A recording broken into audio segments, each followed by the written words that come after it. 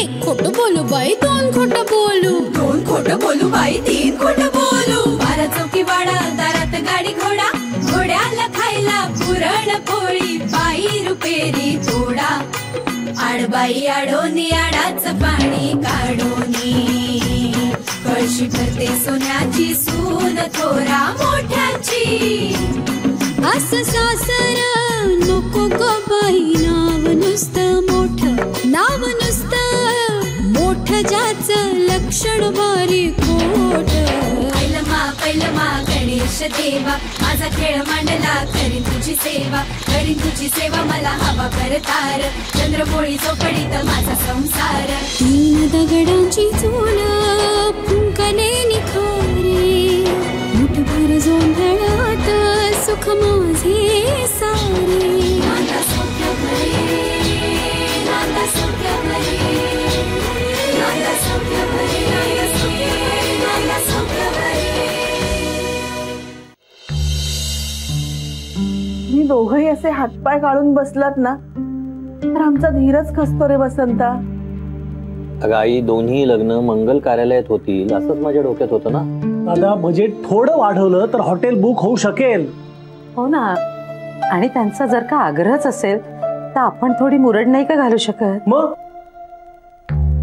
तेच मला जरा विचित्र वाटलं. आणि आग्रह नाही, हा त्यांचा हट्ट आहे, आणि हा असा हट्ट वाढला ना तर पुढे मागण्या होतात त्याच्या. वसंता, अरे इतका टोकाला जाऊ नकोस रे. दोघींसाठी सुद्धा सेव्हिंग्स केलीयस ना तू. मग तेव्हा आपल्याला माहिती होतं का दोघींची लग्न एकाच मांडवात होणार आहेत ती? हा, आणि ललिताताई म्हणतायत तो खर्च आपण करू शकतोय. मग मला वाटतं आपण करून टाकावा. दादा, मला वहिनींचं म्हणणं पटतंय. आपण फार जास्त नको आणायला. अरे तुम्ही काय माझी शाळा घेताय का? अरे हे असं हॉटेल बुक करून कार्य करता येतं अशी सोय आहे हे माहितीये मला. पण प्रश्न माझ्या तत्वांचा आहे. हे बघ, तुझ्या तत्वासाठी मुलींनी आपली मनं मारायची का? माझ्या तत्वांमुळे मुलींची मनं मरतात हे आजकाल नवीनच सुरू झालंय आपल्या घरामध्ये.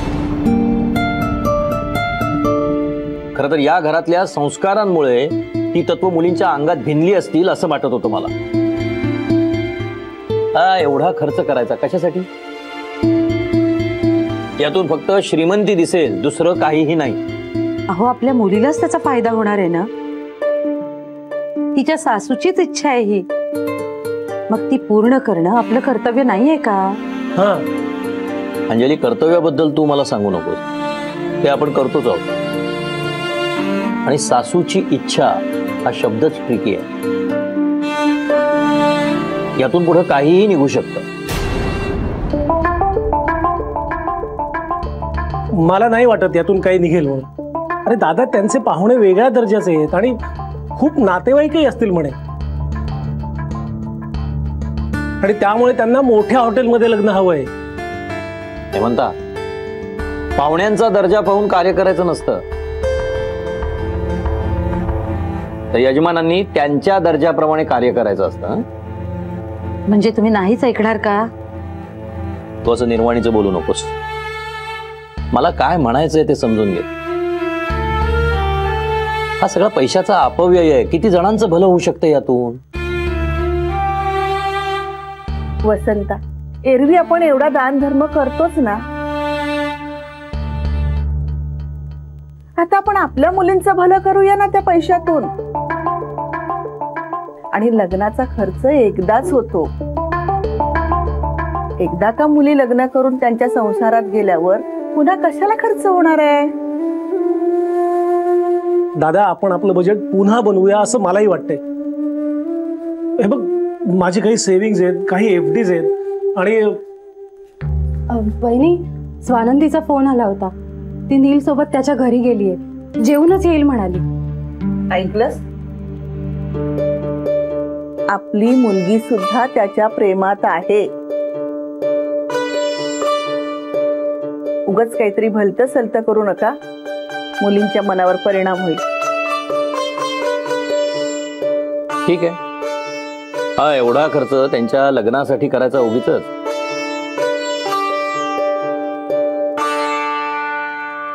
का तेच पैसे त्या मुलींसाठी बँकेत ठेवायचे? याचा निर्णय मुलींनाच घेऊ देत. मग हा विषय चाललाय का? नाही म्हणजे मला वाटतंय की हा विषय आपण महेश आणि नीलच्या कानावर सुद्धा घालूया.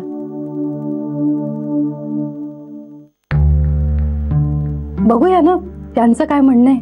ठीक आहे, त्यांनाही विचारूया.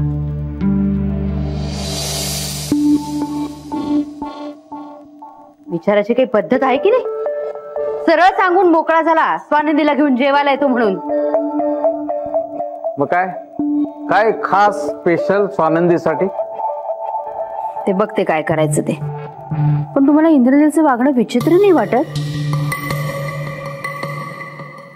माझा मुलगा पार बदलला या मुलीमुळे. आधीचं इंद्रनील असताना तर त्यांनी विचारलं असतं, आई स्वानंदीला घेऊन जेवायला येऊ का?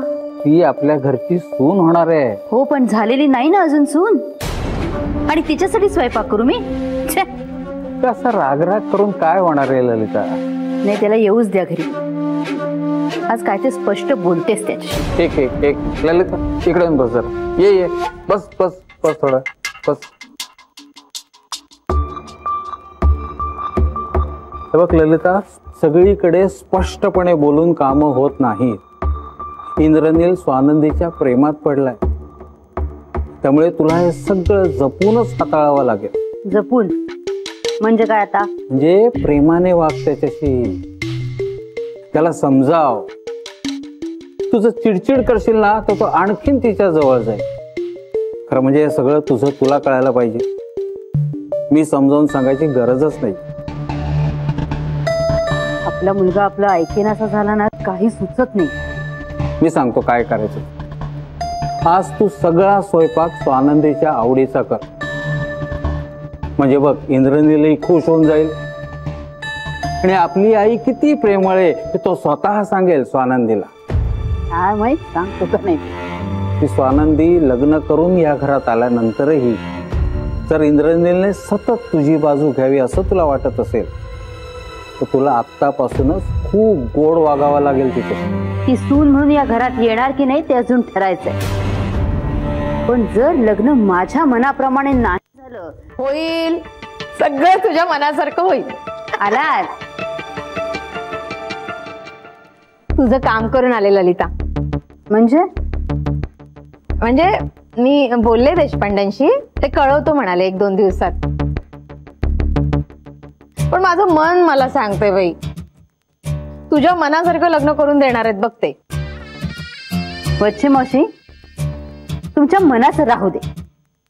चिडतेस काय ग ललिता अशी? कारण आहे त्याला वच्छी मावशी. स्वानंदी डोळी जळूल असं वाटतंय मला. आणि मी आधीच बजावलं होतं तुम्हाला, आजकालच्या आगाऊ मुलींसारखी सून नकोय मला या घरात. नाही ग ललिता, अशी नाहीये ती. काहीतरी गैरसमज झालाय. अगं गरीब गाय आहे स्वानंदी. गरीब गाय आणि स्वानंदी? माझा एकही शब्द खाली पडू देत नाही ती. बोलताना मुलींची नजर खाली असायला हवी, पण ही डोळ्यात डोळे घालून प्रत्येक प्रश्नाचं तोडीस तोड उत्तर देत असते मला. लाज नाही, संकोच नाही. प्रत्येक प्रश्नाचं उत्तर हजर असतं हिच्याकडे. आता ही गत आहे, नंतर तर मिऱ्याच वाटेल डोक्यावर माझ्या. हो वाटेलच, पण डोक्यावर नाही, मिक्सर मध्ये. आणि सासूबाई नाही मिक्सर मध्येच वाटायला शिकली. अगदी माझ्या मनातलं बोललीस ललिता. हुशार आहेस. मिरे वाटायलाच तर आणणार आहे मी तिला इथे. तुला पुरून उरेल अशी सून शोधून काढली आहे मी. बच्ची मावशी, अहो गप्प का बोला ना आता. मी अगं याच विचारत होते की तुझी समजूत कशी काढू? समजूत माझी नाही तिची काढा, नाही ते जड जाईल तिलाही आणि तुम्हालाही. हा, मी बोलेन तिच्याशी. फोन आला. नंदूच्या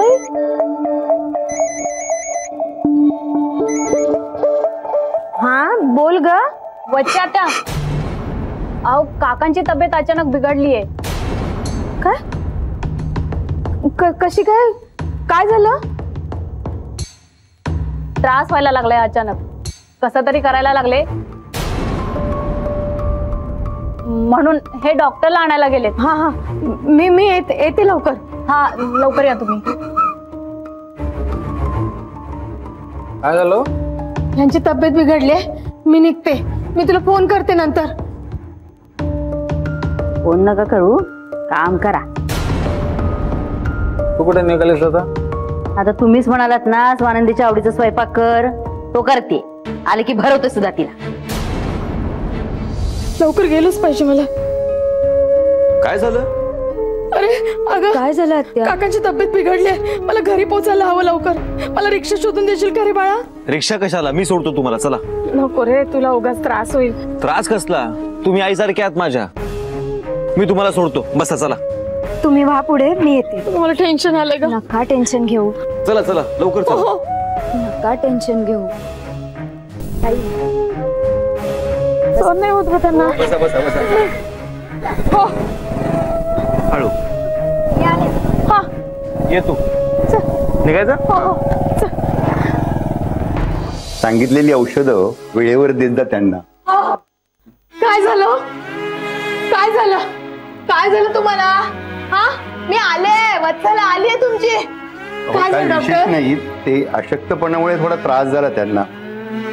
काही खातच नाही. हा, अशक्तपणा येणार नाही तर काय? मी सध्या इंजेक्शन दिलंय त्यांना, हा, परंतु त्यांच्या आहाराकडे जरा लक्ष द्यायला लागेल तुम्हाला. तुम्ही सांगा बाई, माझं काही ऐकत नाही हा माणूस. अहो, फिजिओथेरपीचं काय झालं? लवकरात लवकर सुरू करा. हा, ते बोलते मी. त्यांच्या शरीराला पडून राहण्याची सवय लागली तर मग कुठची थेरपी काम करणार नाही. लक्षात असू द्या, काळजी घ्या. हो. आत्या काळजी घ्या, आणि हो काही लागलं तर मला नक्की सांगा. हा, तुझाच आधार आहे ग बाई. त्यांना अशा अवस्थेत सोडून बाहेर जाताना जीव कासावीस होतो ग. तू आहेस म्हणून. येते मी.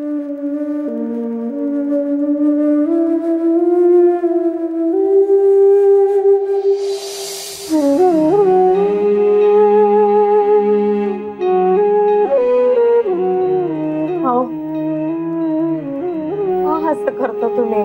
काय ऐकत नाही तुम्ही माझं? माझी बोलणी खाण्यापेक्षा जरा जेवत जा ना.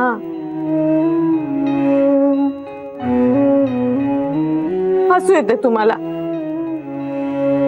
मी घाबरलेली बघतो ना, हसू येते तुम्हाला. नका ना असं वागत जाऊ. कोण आहे तुमच्याशिवाय? मला सांगा ना.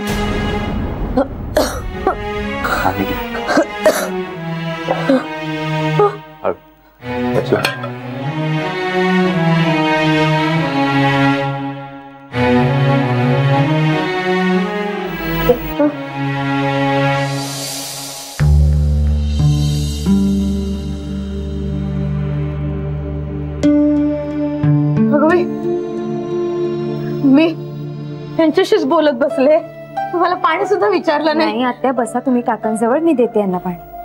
अच्छी मावशी, ते डॉक्टर फिजिओथेरपी बद्दल काय सांगत होते? ते आमच्यासारख्या लोकांचं काम नाही रे बाबा. मोठ्या माणसांचे चोचले आहेत ते. नाही पण काय सांगत होते? ते म्हणजे यांच्या हातापायात जोर यावा म्हणून फिजिओथेरपी डॉक्टर घरी येऊन यांना व्यायाम देतात. रोजचे 200 रुपये. ते पण मी हातापाया पडले म्हणून. मला परवडणार आहे का रे एवढे 200 रुपये? तेवढ्या पैशात माझी आठवड्याची भाजी येते राजा. तुमचं बरोबर आहे बच्ची मावशी, पण डॉक्टरने ज्या अर्थी सांगितलंय तर ते करणं आवश्यक आहे ना. तुम्ही काळजी करू नका, तुम्ही थेरपी सुरू करा, पैशांची काही काळजी करू नका. आणि नको रे बाळा, तू बोललास खूप झालं. मी फक्त बोलत नाहीये बच्ची मावशी, काकांची ट्रीटमेंट झालीच पाहिजे. मी सगळा खर्च करेन, काळजी नका करू प्लीज. अरे पण नाही, मी ऐकून नाही घेणार. मावशी आईसारखी असं म्हणतात ना, मग भाचा मुलासारखा का नको? नको रे, ओझं असल्यासारखं वाटतं रे. आपल्या माणसांचं कधीही ओझं होत नसतं बच्ची मावशी. आता ते बरोबर बोलता. तुम्ही असं नाही म्हणून परक नका ना करू. ते तुमच्या मुलासारखेच आहे. हो, मला मुलगा असता तर तुझ्याच वयाचा असता रे. मुलगा असता तर नाही, मी मुलगाच आहे तुमचा.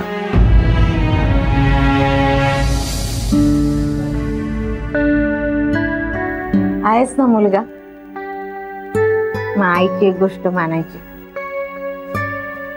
आज पहिल्यांदा आलात माझ्याकडे. जेवल्याशिवाय जायचं नाही. नाही नको हत्या, एवढ्या गडबडीत आता स्वयंपाक कुठे करता? अगं कसली गडबड, पटकन गरम गरम थालीपीठ करून देते. लसणाची चटणी पण आहे माझ्याकडे.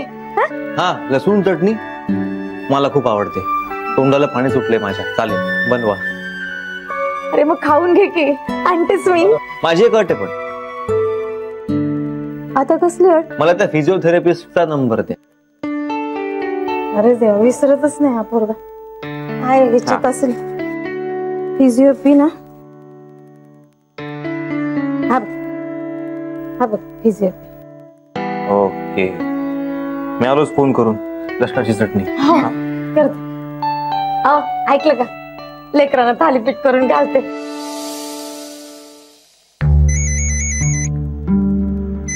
आईचा फोन. आई, मी एका अत्यंत महत्वाच्या कामात आहे. मी तुला नंतर फोन करतो प्लीज. हॅलो इंद्रनील, अरे कसल्या एवढ्या कामात आहेस? कुठे आहेस आणि काय चाललंय तुझं? आई, एक महत्वाचं काम आहे, सांगितलं ना तुला. मी तुला करतो नंतर फोन. नको मला प्रश्न विचारूस प्लीज. बाय.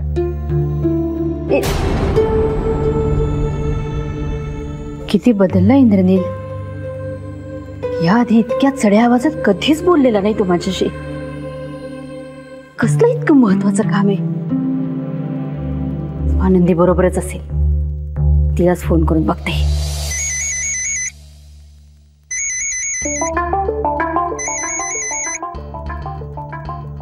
हॅलो आई. स्वानंदी, इंद्रनील आहे का त्याच्याबरोबर? हो, इथेच आहे. इथे म्हणजे कुठे? आणि कसल्या एवढ्या कामात येतो की 1 मिनिट सुद्धा माझ्याशी बोलायला वेळ नाहीये त्याला? नाही, ते आम्ही जरा वच्छी आत्यांकडे आलो होतो. वच्छी मावशीकडे? तिथे काय करताय तुम्ही? ऍक्च्युली काकांची तब्येत अचानक खराब झाली, म्हणून आम्ही वच्छी आत्यांना घरी सोडायला आलो. इंद्रनील आहे ना तिथे? दे जरा त्याला फोन. ते ना काकांचे फिजिओथेरपिस्ट आहेत ना, त्यांच्याशी बोलतायत जरा फोनवर. काय? तू कशाला बोलतोय त्यांच्याशी? बर, तुम्ही दोघं जेवायला घरी येणार आहात ना? आम्ही सगळे थांबलोय तुमच्यासाठी. आई, ते आत्यांनी जरा आग्रह केला म्हणून आम्ही इथेच जेवतोय. अगं मग हे कळवायला नको का मला? मी फोन केल्यावर सांगताय मला. नाही, सो सॉरी आई, ते आम्ही कळवणारच होतो पण. ठीक आहे, मग काय बोलणार? वच्छी मावशीचा आग्रह आहे म्हटल्यानंतर जेवायलाच लागणार नाही का? ठेवते फोन. जेवून येत आहेत. स्वानंदीच्या नादी लागून इंद्रनील त्या घाणेरड्या चाळीत गेलाय वच्छी मावशीच्या आजारी नवऱ्याला बघायला. ही मुलगी बदलून नाही टाकणार माझ्या मुलाला. ललिता, हे लग्न जमून चूक नाही केलीस तू? हा ऐका ना, आईंचा कॉल आला होता, मी सांगितलं इथेच जेवतो. हो, तिला फोन करायचं राहूनच गेलं. तू सांगितलंस ना? हो. बरं केलं. काका, उद्यापासून तुमची फिजिओथेरपी सुरू होणार आहे. बरोबर सकाळी 10 वाजता डॉक्टर येतील. तयार राहायचं. तुम्ही लवकरच बरे होणार आहात.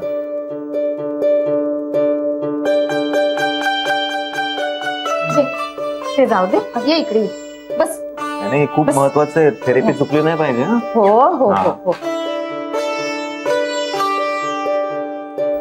गरम गरम थालीपीठ. वा, आनंदी बाळ, तुझ्यासाठी दुसऱ्या प्लेट मध्ये आणते मी. हो.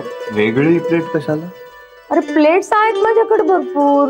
हो, पण आम्ही खाऊ एका प्लेट मध्ये.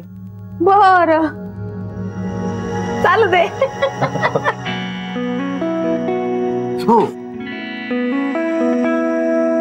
किती घाई करता. हो ना, तुलाच भरवावं लागेल आता.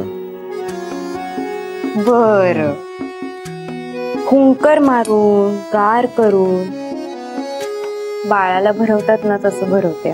प्लीज. नाही, हे लग्न जुळवून मी काही चूक केली नाहीये. असं लक्ष्मी नारायणासारखा जोडा दिसतोय.